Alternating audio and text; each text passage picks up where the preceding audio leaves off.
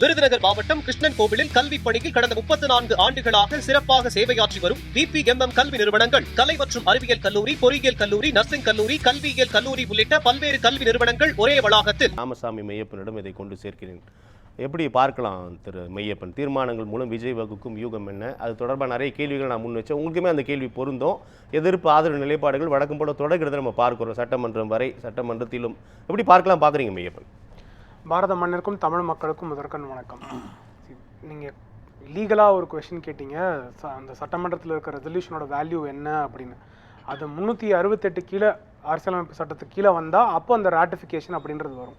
இங்கே இதுக்கான சட்ட மதிப்பு அப்படின்றது எதுவும் கிடையாது. எந்த அளவுக்கு அப்படின்னா 2013 ஈழத்தமிழர்களுக்கு பிரச்சனை, அவர்களுக்காக குரல் கொடுக்க வேண்டும், அதற்காக ராட்டிஃபிகேஷன் பாஸ் பண்ணணும் அப்படின்ற போது விசிக, திமுக அவர்களோட கூட்டணியில் இருந்து அந்த யூபிஏ ஆட்சி கூட அதை பொருட்டாக மதிக்கலை. அன்னைக்கு வெளியுறவுத்துறை அமைச்சராக இருந்தவர் ஒரு ப்ரெஸ் கான்ஃபரன்ஸ்லேயே அதுக்கு எந்த வேல்யூவும் இல்லை அப்படின்னு சொல்லி அதை கடந்து போயிட்டாங்க. அதுதான் அதோட வேல்யூ அப்படின்னு நம்ம பார்க்க வேண்டிய தேவை இருக்கிறது. அது தமிழக மக்களோட குரல் என்ன அப்படின்றது எல்லாருமே கேட்க வேண்டும் அப்படின்றது தான் எல்லாரோட எண்ணமாக இருக்க முடியும். அது தமிழக மக்கள், தமிழக ஆட்சியில் இருப்பவர்களோ இல்லை மத்தியில் ஆட்சியில் இருப்பவர்களோ அதில் மாற்று கருத்து கிடையாது. ஆனால் உண்மையிலே சமூக நீதி சமத்துவம் அப்படின்னு அவங்க பேசும்போது நீட்டை முதல்ல எடுத்துப்போம். சமூக நீதி சமத்துவம் அப்படின்னா தமிழகத்தில் இருக்கிற ஒரு கடைக்கோடி மனிதன், இன்னைக்கு வரைக்கும் எந்த ஒரு வாய்ப்புமே இல்லாத பழங்குடி இனத்தை சார்ந்தவரோ இல்லை ஷெட்யூல் காஸ்டில் இருக்கவங்களோ இல்லை எக்கனாமிக்கலாக பேக்வேர்டாக இருக்கவங்களோ, இவங்க எல்லாருக்குமே நாடு முழுக்க இருக்க ப்ரீமியம் இன்ஸ்டிடியூஷன்ஸில் எல்லாத்துலேயுமே அவர்களுக்கான வாய்ப்பு இருக்கணும் அப்படின்ற ஒரு கேள்வி இருந்தால் சமூக நீதி முன்னாடி இருக்குது. அவர்கள் இருக்கிற எல்லா ப்ரீமியர் இன்ஸ்டிடியூஷன்லையும் அவங்க பார்ட்டிசிபேட் பண்ணணும் அப்படின்னு நம்ம சொல்ல முடியும். ஆனால் இங்கே நீட்டு தேவையில்லை, ஏன்னா அவங்க தமிழகத்தில் மட்டும் படித்தா போதும் அப்படின்னா நம்ம தமிழகத்தில் இருக்கிற அந்த கடைக்கோடி மனிதன் தமிழகத்தில் மட்டும் இருந்தால் போதும், அவன் வாழ்க்கையில் முன்னேறக்கூடாது, அவன் வேறு ஊருக்கு போகக்கூடாது, அவங்க மற்ற மக்களோட செயல்படக்கூடாது, சிந்திக்கக்கூடாது அப்படின்ற ஒரு பார்வை இருந்தால் அது தவறான பார்வை. சமூக நீதி அப்படின்னா இருக்கிற ஒரு கடைக்கோடி, எந்த ஒரு ஆதரவுமே இல்லாத ஒரு மனிதன், அவன் எல்லா ஒரு முயற்சியும் எடுத்து அவனால் முன்னாடி போக முடியும், இந்த நாட்டில் மட்டும் இல்லை உலகத்திலேயே மேலே நிற்க முடியும் அப்படின்றதுக்கான அந்த வாய்ப்பை நம்ம தேடி கொடுக்கணும். அண்ணன் ரொம்ப நல்ல அடிப்படையில் இப்படி இதை சொல்றீங்க மெய்யப்பன். நீங்க நீட்டு தேர்வு சமூக நீதியை மேலும் வலுப்படுத்தும் அல்லது உறுதிப்படுத்தும் ஒரு வாதம் நீங்க பேசுறீங்க இல்லையா? அப்போ எப்படி புரிஞ்சுக்கிறது? ரொம்ப சிம்பிள். நீட்டுக்கு முன்னாடி இது இல்லையான்னு கேட்குறேன். இல்லைங்க, ஏன்னா அப்போ நான் நாடு முழுக்க 140க்கு மேலே என்ட்ரன்ஸ் எக்ஸாம் நடக்கும். அப்போ நான் 12வது படித்து முடிச்சு ஒவ்வொரு என்ட்ரன்ஸ் எக்ஸாமுக்கும் நான் ஃபீஸ் பே பண்ணணும்னாலே அது முடியாது. அப்புறம் ஒவ்வொரு என்ட்ரன்ஸ் எக்ஸாமுக்கும் அந்தந்த ஊரில் போய் நான் சென்டர்னு நான் கண்டுபிடிச்சி எழுதணும் அப்படின்னா அதுவும் முடியாது. இன்னைக்கு ஒரே ஒரு என்ட்ரன்ஸ் எக்ஸாம், ஒரே ஒரு ஃபீஸு, நாடு முழுக்க இருக்க அனைத்து கல்லூரிக்கும் நான் மொத்தமாக பார்ட்டிசிபேட் பண்ண முடியும்.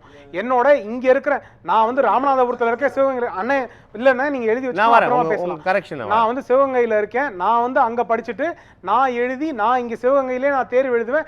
நான் ஜம்மு அண்ட் காஷ்மீரில் படிக்க முடியும், டெல்லியில் படிக்க முடியும், பாம்பேல படிக்க முடியும், கவாத்தியில் படிக்க முடியும், எங்கே வேணால் படிக்க முடியும். அந்த இன்ஸ்டிடியூஷனை நான் சூஸ் பண்ண முடியும். அதற்கான வாய்ப்பு எனக்கு கிடைக்கிறது. ஆனால் நான் இங்கே நீட் இல்லாமல் இருந்தேன் அப்படின்னா தமிழகத்தில் இருக்கிறது நீங்கள் என்ட்ரன்ஸ் எக்ஸாம் இல்லாமல் நம்ம இன்னைக்கு எழுதலாம் அப்படின்னு ஒரு வாய்ப்பு இருக்குது. ஆனால் மற்ற ஊரில் நான் போய் பார்ட்டிசிபேட் பண்ண முடியுமா? நான் எய்ம்ஸில் பார்ட்டிசிபேட் பண்ண முடியுமா? ஏஎஃப்எம்சியில் பார்ட்டிசிபேட் பண்ண முடியுமா? சிஎம்டியில் பார்ட்டிசிபேட் பண்ண முடியுமா? நான் அதிலெல்லாம் எதுலையும் பார்ட்டிசிபேட் பண்ண முடியாது. ஸோ தமிழகத்தில் இருக்கவங்க நீட் எழுதலை அப்படின்னா, இல்லை வேற ஒரு என்ட்ரன்ஸ் எக்ஸாம், நம்ம நீட்டே இல்லைன்னு வச்சுப்போம், அப்போ ஒவ்வொரு மாநிலத்துக்கும் ஒவ்வொரு கல்லூரிக்கும் ஒவ்வொரு பிரைவேட் இன்ஸ்டிடியூஷனுக்கும் தனித்தனியாக என்ட்ரன்ஸ் எக்ஸாம் இருக்கும். அப்போ அந்த கடைக்கோடி மனிதனானவன் தமிழகத்தில் இருக்கிறதுல மட்டும் பார்ட்டிசிபேட் பண்ணா போதும். அப்படி தனித்தனியான தேர்வுகள் இப்போ இருக்குது தானே. இது NEET one exam one nation கொண்டு வரதானே இந்த பிரச்சனை. அதாங்க, மெடிக்கல் எக்ஸாம் ஒண்ணு தான், நாட்டில் வேற எதுவும் கிடையாது. வெவ்வேறு தேர்வுகள் சொல்றேன். இல்லைங்க, வேற எதுவுமே கிடையாது. சண்டிகருக்கு தவறா சொல்றாரு. வேற ஏதாவது சொல்லுங்க. இப்போ நீட்டுக்கு மொத்தமா ஒரே ஒரு எக்ஸாம். சின்ன குறுக்கீடு. இப்போ நம்ம இது நம்ம நீட் தேவையா வேண்டாமா, நீட்டுக்கான சாதக பாதங்களை நம்ம பல ஆண்டுகளா அலசி ஆராய்ஞ்சிட்டோம். இன்னமும் கூட இதற்கு ஆதரவு எதிர்ப்பு ஒரு ரெசல்யூஷன் போட்டிருக்காங்க. அதுதான் சொல்றேன். இப்போ லெஜிஸ்லேட்டிவ் ரெசல்யூஷன் வந்திருக்கீங்க. இதை நம்ம எப்படி பார்க்கலாம்? இதன் அடுத்த கட்ட நகர்வு எப்படி புரிஞ்சுக்கலாம் கேக்குறேன். ரெசல்யூஷன் போடலாம், ரெசல்யூஷன் போடலாம். ரெசல்யூஷனுக்கு சட்ட பொசிஷன் என்னன்னு சொல்லிட்டேன், அதற்கான வேல்யூ என்ன, அவரோட கூட்டணி கட்சிகளே அதை என்னவா மதிச்சாங்க அப்படின்றத சொல்லிட்டேன். நான் அதுக்கு வரல. ஓவராலா எல்லாமே அக்செப்ட் பண்ணிருக்காங்களே, எக்ஸெப்ட் பாஜக தவிர எல்லாமே ஒருமனதாக இதை நிறைவேற்றுவதற்கு அதான் துணை நின்று காங்கிரஸ் கட்சி ஆட்சியில இருந்தபோது யூபிஏல அவங்க ஆட்சியில இருந்தாங்க. 2013 உயிர் சார்ந்த விஷயம், உணர்வு சார்ந்த விஷயம், மொழி சார்ந்த விஷயம், அதுக்கு என்ன மதிப்பு கொடுத்தாங்க அப்படின்னு சொன்னேன். அதை ஒரு மதிப்புமே இல்லாம அந்த பேப்பருக்கு ஒரு வேல்யூ கூட கிடையாது அப்படின்ற அளவுல அவங்க வந்து எக்ஸ்டர்னல் அஃபேர்ஸ் மினிஸ்டர் பேசிட்டு போயிட்டாரு. அதுதான் காங்கிரஸ் கட்சி அவர்கள் கூட்டணியில் இன்று இருக்கக்கூடிய கட்சி கொடுத்த மதிப்பு ஒரு ரெசல்யூஷனுக்கு. அதுதான் ரெசல்யூஷனுக்கு எல்லா காலகட்டத்திலையும் மதிப்பு. அதுக்கு மாற்றம் எதுவும் கிடையாது. ஆர்டிகல் 368 வரலன்னா அந்த ரெசல்யூஷனுக்கு வேற மதிப்பு கிடையாது. அதுதான் பொசிஷன். அப்ப அது சார்ந்து உணர்வு சார்ந்து அப்படின்னா அது பேக் பண்ணணும் ரீசனோட. ரீசன் அப்படின்னா நான் இங்க இருக்கிற ஒரு கடைக்கோடி தமிழன் நாட்டில் இருக்க எந்த ஒரு எக்ஸாம்லையும் பார்ட்டிசிபேட் பண்ண முடியும். அதற்கான பண உதவி, அதற்கான கல்வி உதவி, அதற்கான பார்ட்டிசிபேட் பண்றதுக்கான உதவி, இது எல்லாமே வாய்ப்பு இருக்கு.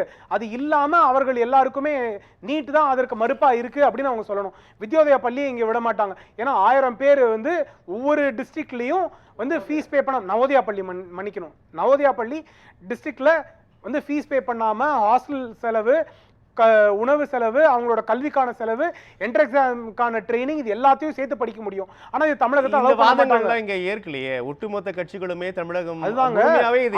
உண்மையிலேயே சமூக நீதினு பேசுறவங்க பொலிட்டிக்கலா மட்டும் தான் நீங்க பேசுறீங்க. உண்மையிலேயே உங்களுக்கு சமூக நீதி எண்ணம் கிடையாது. வெறும் பொலிட்டிக்கல் வாய்ஸ் மட்டும் தான் உங்களோடது அப்படின்றதா என்னோட பார்வை. அப்ப உண்மையிலேயே அவர்களோட உணர்வு சார்ந்த விஷயமாக இருந்தால் இன்று அந்த கடைக்கோடி மனிதனை மேல உயர்த்துவதற்கான வாய்ப்பு என்னெல்லாம் இருக்கோ, உங்களுக்கு அரசியல் கொள்கை பாஜகவோட ஒத்து வராம இருக்கலாம், காங்கிரஸோட ஒத்து வராம இருக்கலாம், கம்யூனிஸ்டோட ஒத்து வராம இருக்கலாம், அது எந்த கட்சியோட ஒத்து வராம இருக்கட்டும். ஆனா கடைக்கோடி மனிதனுக்கு அது உதவுது அப்படின்னா சமூக நீதி பார்வை கொண்டவர்கள் அவர்கள் ஐடியாலஜி தாண்டி, அவர்களோட பொலிட்டிக்கல் எண்ணம் தாண்டி அவர்களுக்கான வாய்ப்பை ஏற்படுத்தி கொடுப்பார்கள். மீண்டும் மண் சார்ந்து சமூக நீதி சார்ந்து தானே இதை எதிர்க்கிறோம் அப்படின்றது நம்ம பார்க்கிறோம். அப்ப 1000 பேருக்குங்க, 1000 பேருக்கு இலவசமாக கல்வி கிடைக்குது, இருக்க இடம் கிடைக்குது, உணவு கிடைக்குது, என்ட்ரன்ஸ் எக்ஸாம் பார்ட்டிசிபேட் பண்றதுக்கான ட்ரைனிங் கிடைக்குது. இது எல்லாமே எதற்காக மறுக்கிறீர்கள்? அந்த கடைக்கோடி மனிதனுக்கு அந்த வாய்ப்பு கிடைக்க கூடாது சார்.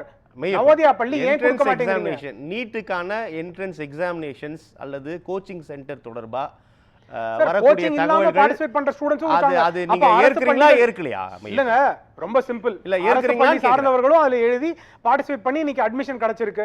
அப்ப அவர்கள் எல்லாரும் என்ட்ரன்ஸ் எக்ஸாமுக்கு தான் போனாங்களா? இல்ல என்ட்ரன்ஸ் எக்ஸாமுக்கு போறாங்க அப்படின்னு அந்த கோச்சிங்க்கு போறாங்கன்னு வெச்சுப்போம்.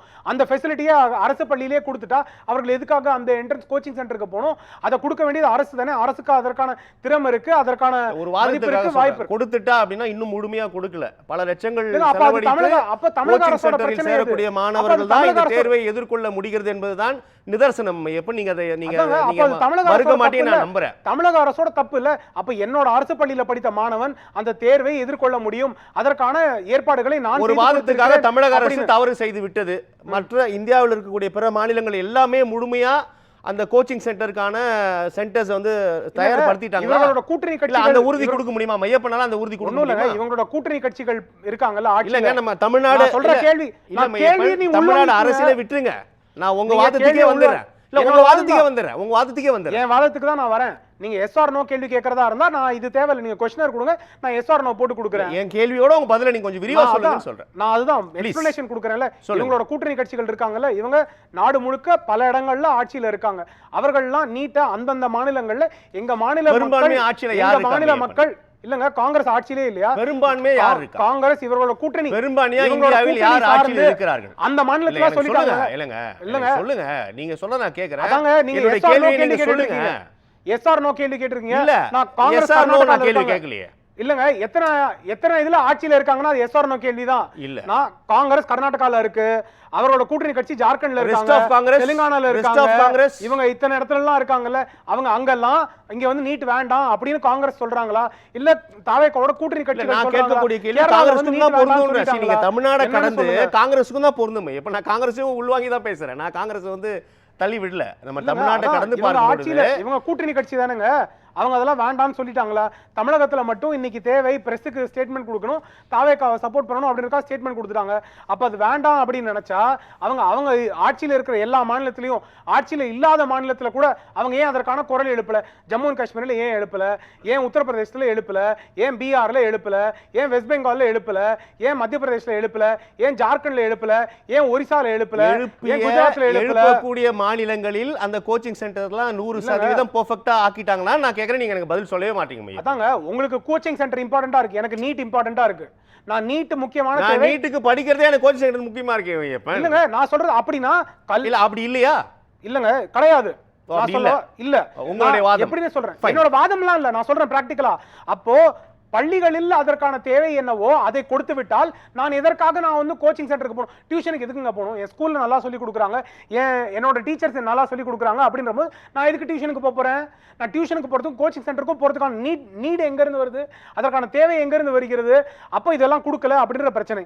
இது இல்லாம இரண்டாவது அடுத்த வாதம் இவர்கள் வைக்கிறது வந்து, இப்ப நீங்க கேட்ட கேள்வி அண்ணனை கேட்டீங்க, மருத்துவர் அண்ணனை கேட்டீங்க, நீங்க வந்து இதன தமிழ் தாய் வாழ்த்து முக்கியத்துவம் இருக்கா இல்லையா அப்படின்றது ரொம்ப சிம்பிள்ங்க. மத்திய அரசு தமிழ் தாய் வாழ்த்தை பாடக்கூடாதுன்னு எங்கேயும் சொல்லல. நேஷனல் இதன முதல்ல என்ன பாடணும்னு சொல்லியிருக்கு இல்லங்க, அதுதான் ரொம்ப சிம்பிளான விஷயம். நான் 3 விஷயத்துக்கு வந்துறேன். 3 தாய் பாட வேணாம்னு சொல்ல, ஆனா முதலில் எது பாடப்பட வேண்டும் என்று சொல்லியிருக்கு. அந்த 3 ஆர்கியுமெண்ட்டை கேட்டுட்டு அதுக்கப்புறம் நீங்க கேள்விகள் என்ன வேணா வைங்க. ஃபர்ஸ்ட் ஸ்டெப் ஆர்கியுமெண்ட்ல தமிழகத்துல என்னைக்கு தமிழ் தாய் வாழ்த்து கொண்டு வரப்பட வேண்டும் அப்படின்ற ஜிஓ பாஸ் பண்ணப்பட்டதுன்னா 2021. அதுவும் உயர்நீதிமன்றம் கேள்வி கேட்டதுக்கு அப்புறமாக முதல் முறையாக ஜிஓ கொண்டு வரப்பட்டது.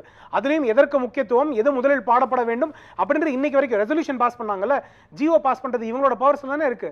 இவங்க மினிஸ்டர் முதலமைச்சர் இருக்கிறாருல, ஜிஓ பாஸ் பண்ண வேண்டியதானே. ஏற்கனவே இருக்க 2021 ஜிஓ அமெண்ட் பண்ணி தமிழகத்தில் நீங்கள் முதலில் பாட வேண்டியது தமிழ் தாய் வாழ்த்து தான் அப்படின்னு ஒரு ஜிஓ போட வேண்டியதானே. எந்த ஜிஓ போடுறதுக்கு இவங்களுக்கு பவர்ஸ் இருக்கு, மத்திய அரசுக்கு போகணும்னு அவசியமே இல்லை. எதுக்கு ரெசல்யூஷன், ஜிஓ? இவங்களுக்கு பவர் இருக்கும்போது பாஸ் பண்ணாம இருக்கிறது இவங்களோட வேலையே இவங்க செய்யாம இருந்துட்டு மக்களுக்கு அரசியல் மட்டும் பிறப்பிக்கிறதுக்கு மட்டும்தான். மத்திய அரசு நீங்க இதை பாடக்கூடாது அப்படின்னு சொல்ல, எல்லாத்துக்குமே முக்கியத்துவம் அப்படின்றது இருக்கு. முக்கியத்துவம் 3ஐயும் ஒன்னா பாட முடியாது. அப்போ அவங்க ஒரு ஆர்டரை பிரிஸ்கிரைப் பண்ணிருக்காங்க, நீங்க மாத்தி பாடுனீங்க அப்படின்னா நீங்க ஜிஓ பாஸ் பாடக்கூடாது இல்லைங்க. முதலில் எது பாடப்பட வேண்டும் என்பதில் தான் பிரச்சனை. அப்ப முதலில் எது பாடப்பட வேண்டும் என்பதில் தான் பிரச்சனை. அதுல பிரச்சனையே கிடையாது. 3க்கும் முக்கியத்துவம் இருக்கு. இல்ல, தமிழ்நாட்டுல பிரச்சனை தான். 3க்கும் முக்கியத்துவம் இருக்கு. தமிழ் தாய்க்கு பாடப்பட வேண்டும் என்பதில் தான் நம்ம கோரிக்கை. ஒண்ணுக்கு இன்னொன்னு குறைந்தது அப்படி நீங்க சொல்லுவீங்களா? வந்தே பாரதம் ஜனகணமன குறைந்தது. நான் சொல்ல, இந்த மண்ணில் இருந்து நாம கேட்கிறோம், அப்படி தமிழ்நாட்டில் தமிழ் தாய் முதலில் பாடப்பட வேண்டும் என்பது இயற்கை அல்லவான்னு கேக்குறாங்க. இல்லங்க, அப்ப ஜிஓ பாஸ் பண்ணுங்க.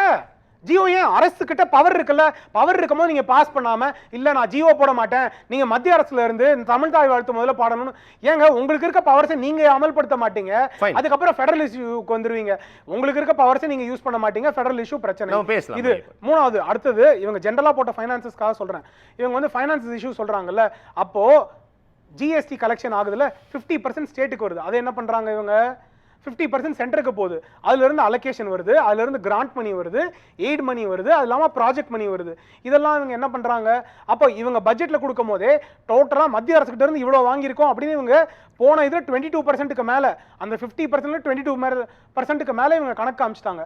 அதுக்கப்புறம் இன்னும் மத்திய அரசு வந்து கொடுக்கல அப்படின்னு சொன்னாங்கன்னா, இவங்க இப்ப பாஸ் பண்ண அந்த ஆர்பிஎம்ஏ அந்த பட்ஜெட்டே வந்து என்ன தவறாக இருக்கிறது அப்படின்னு நம்ம பார்க்க வேண்டிய தேவை வருகிறது. அப்ப இவங்களுக்கு கணக்கு தெரியுமா இல்லையா? இவங்க போன வாரம் பாஸ் பண்ண பட்ஜெட்ல இவங்க கொடுத்த கணக்கு என்னன்னு இவங்களுக்கு தெரியுமா இல்லையா அப்படின்ற அந்த கேள்விகள் தொடர்ந்து பேசலாம். பூபதிஜான் குறுக்கிட்டீங்க, சுருக்கமா சொல்லுங்க, நான் சோமு கிட்ட. சார், இந்த நீட்டுன்னு கொண்டு வந்து சொல்றாங்கல்ல, நான் என்ன சொல்றேன்னா, நீட்டு வந்து படிச்சு இப்ப நம்ம பசங்க படிக்கிறாங்க, குழந்தைங்க +2 இருங்க, +2 படிச்ச பாடத்துல கேள்வி கேட்பியா, எக்ஸாம் வைப்பியா? அதையெல்லாம் விட்டுட்டு புதுசா ஒரு பாடத்தை கொண்டு வந்து நீட்டு கோச்சு படிச்சு அது கேள்வி கேட்போமா? என்ன சார் நம்ம பண்ணுவோம்? எது சார் எக்ஸாம்? படிச்ச எக்ஸாம்ல படிச்ச பாடத்துல கேள்வியை கேட்காம அதை விட்டுட்டு புதுசா ஒரு பாடத்தை உண்டு பண்ணி அதுக்கு நீட் கோச்சிங் சென்டர் சொல்லிட்டு மாஃபியாவை உண்டு பண்ணி அங்க படிச்சு பண்ணக்கூடியது ஒரு எக்ஸாமா சார்? நம்ம பேசலாம். ஒரே ஒரு இன்டரப்ஷன் மட்டும். ஃபேக்சுவலா ஒரு தவறான விஷயம். தனியாக ஒரு பாடத்திட்டம் நீட்டுக்காக கொண்டு வரப்படவில்லை. 12ஆம் வகுப்பு பாடத்திட்டம் தான். 12ஆம் வகுப்பு பாடத்திட்டமே கிடையாது சார். பாடத்தில் இருக்கக்கூடிய கேள்விகளே கிடையாது. அது நீட்டில் கேட்க தவறான கருத்து சொல்றாரு. நீட்டில் கேட்க வாய்ப்பை கொடுக்க வேண்டும், அப்புறம் கேள்வி கேட்க வேண்டும். சார், நீட்டில் கேட்கப்பட கேள்விகள் நம்ம படிச்ச குழந்தைகள் பாடத்திட்டத்துல கிடையாது சார். மக்களுக்கு தெரியக்கூடாது, அதனால நான் இன்டரப்ட் பண்ணிட்டே இருப்பேன் அப்படின்றது தான். ஒண்ணும் இல்ல, அந்த பாடத்திட்டம் நேஷனல் டெஸ்டிங் ஏஜென்சில என்ன சிலபஸ் இருக்கு, தமிழகத்தை சார்ந்தவர்கள் எக்ஸாம் கமிட்டியில இருக்காங்க, மொழிபெயர்ப்பு கமிட்டியில தமிழகத்தை சார்ந்தவர்கள் இருக்காங்க. அப்ப அவர்கள் இதெல்லாம் பாடத்திட்டத்தில் இல்லை, இதை வந்து கொண்டு வந்துட்டாங்க அப்படின்றத சேலஞ்ச் பண்ண சொல்லுங்க. அந்த மாதிரி ஒரு பொசிஷன் இன்னைக்கு உண்மையான நிலைமை கிடையாது. Fine, noted. ராமசாமி ஐயப்பன், மக்கள் தீர்ப்பு தொடர்பாக உங்களுக்கு கருத்து பார்வை. மக்கள் தீர்ப்பு வந்து பத்திரிகையாளர் அண்ணன்கள் இருவரும் சொன்ன மாதிரியே வெறும் அரசியல் காரணமாக தான் செய்திருக்கிறாரோ அப்படின்ற ஒரு பார்வை தான் எனக்கும் இருக்கிறது. ஏன்னா அவருக்கே பவர்ஸ் இருக்கு அப்படின்ற போது, இன்று ஆட்சி செய்கிற கட்சிக்கே பவர்ஸ் இருக்கு. அந்த பவர் ஏன் நீங்க பயன்படுத்தல, ஏன் நீங்க ஜிஓ கொண்டு வரல, ஏன் நீங்க வந்து அமெண்ட்மெண்ட்ஸை கொண்டு வரல அப்படின்ற அந்த கேள்விகள். இது இல்லாமல் நீங்கள் ஏன் ரெக்கமெண்டேஷன்ஸையும் இதையும் வந்து ஏற்கனவே இருக்கிற ஆட்சியில் இருக்கிற கட்சிகளையோ இல்லை மத்தியில் ஆட்சியில் இருக்கிற கட்சிகளையோ கேட்கல, வெறும் ஒரு ரெசல்யூஷன். அதற்கான பொலிட்டிக்கல் வேல்யூ எதுவும் கிடையாது, அதற்கான சோஷியல் வேல்யூ எதுவும் கிடையாது, அதற்கான லீகல் வேல்யூ எதுவும் கிடையாது. வெறும் அது ஒரு பொலிட்டிக்கல் ஸ்டேட்மெண்ட்டாக மட்டும்தான் நம்ம பார்க்க முடியும். அடுத்த இடத்துல மாநில உரிமை மீட்பிற்கு கொடுத்துருக்காங்க மக்கள். இல்லைங்க, மாநில உரிமை மீட்பு அப்படின்னு கொடுத்துருக்கலாம். நான் தான் சொல்கிறேன்ல, அப்போ அது உண்மையிலேயே காரணமாக இருந்தால் அப்போ இந்த அரசியல் கட்சி ஜியோ ஃபஸ்ட்டு பாஸ் பண்ணியிருக்கணும். இது வந்து தமிழ் தாய் வாழ்த்துக்கு. அதுக்கு அடுத்தது நீட்டுக்கு ஏற்கனவே இருக்கிற வழக்குகள் விட்ரா பண்ணப்பட்டது. இவங்க ஆட்சிக்கு வந்து 3 மாதங்கள் ஆகிவிட்டது. இவங்க மற்ற திருப்பரங்குன்றத்துக்கு, அதுக்கப்புறம் இதென்ன ரிசர்வேஷனுக்கு, இதுக்கெல்லாம் அவங்க வழக்கு பதிவு செய்தார்கள். இவர்கள் ஏன் நீட்டுக்கு வந்து அடுத்த வழக்கு பதிவு செய்யவில்லை? இது இல்லாமல் அடுத்தது 3வது விஷயம், இவங்க ஃபைனான்ஸ் இஷ்யூவில் கேள்வி கேட்டாங்க. அப்போ ஃபைனான்ஸ் கமிஷனில் இந்த மாதிரி ரீஆர்கனைஸ் பண்ணணும், ஃபைனான்ஸ் கமிஷன் ஏன் இதெல்லாம் ரீகன்சிடர் பண்ணலை அப்படின்னு இவங்க மாநில உரிமையாக இவங்களோட ரெப்ரஸன்டேட்டிவ் கமிஷனில் உட்காருவாங்க. அப்போ ஏன் அந்த இதை பிளேஸ் பண்ணலை? அப்போ இவங்க டெஸ்டிங் ஏஜென்சி கிட்ட இந்த மாதிரிலாம் நீங்கள் சிலபஸ் கொண்டு வரணும், இனிமேல் போன ஆண்டு நாங்கள் ஆட்சியில் கிடையாது, அடுத்த ஆண்டு நீங்கள் கொண்டு வரும்போது இந்த மாதிரி தேர்வு நடத்தணும் அப்படின்ற கேள்விகள் கேட்டிருக்கலாம். இவர்களுக்கு உரிமையை நிலைப்படுத்தாதவர்கள் மாநில உரிமையை நாங்கள் நிலைப்படுத்துகிறோம் அப்படின்னு அவங்க சொன்னால், அண்ணன் சொன்ன மாதிரி ஆட்சிக்கு நீங்கள் வரும்போது நான் எக்ஸ்பீரியன்ஸ் கெயின் பண்ணிட்டு அப்புறம் கவர்ன் பண்ணுறேன்னு வரல, நான் உங்களுக்கு முதலமைச்சராக வந்து என்ன தேவையோ அதை செய்வேன் அப்படின்னு சொன்னீங்க.